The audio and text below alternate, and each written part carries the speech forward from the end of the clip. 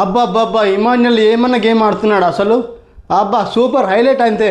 ఇప్పుడే ప్రోమో చూసి వచ్చాను. ప్రోమోలో ఎవరెవరికి తనుజాకి ఇమాన్యుల్కి ఫైటింగ్ అవుతుంది.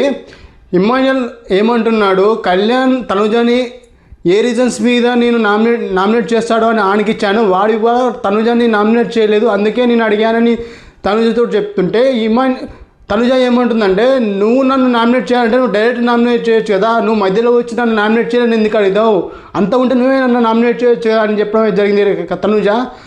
దానికి ఇమాన్యుల్ ఏమంటాడు, నేను నీకు హెల్ప్ చేసిన సపోర్ట్ చేసిన అయినా నేను వాడికి ఇస్తే వాడు నీకు నామినేషన్ చేయలేదు, అందుకే అడిగాను, తప్పే ఉంది అంటున్నాడు. అవునన్నా ఇమాన్యుల్ అన్న, నీకు 7 వచ్చినాయి, 7 నామినేషన్స్ వచ్చినాయి. 7 నామినేషన్లో నీకు 2 ఒకటని ఉంచుకో, నువ్వు తనుజాని నామినేట్ చేయాలిగా, ఎందుకు చేయలేదు? నువ్వు సేఫ్ గేమ్ ఆడినావు కాబట్టి నువ్వు ఈరోజు ఒక్కొక్కరిని నువ్వు ఎలిమినేట్ చేసుకుంటూ వస్తున్నావు, ఒక్కొక్కరితో నువ్వు వైర్యం గొడవలు పెట్టుకోవడానికి ట్రై చేస్తున్నావు. నీ గేమ్ సూపర్ అన్న, ఇలా ఆడితే మాత్రం నువ్వు విన్నర్ అయ్యే అవకాశాలు ఉన్నాయి.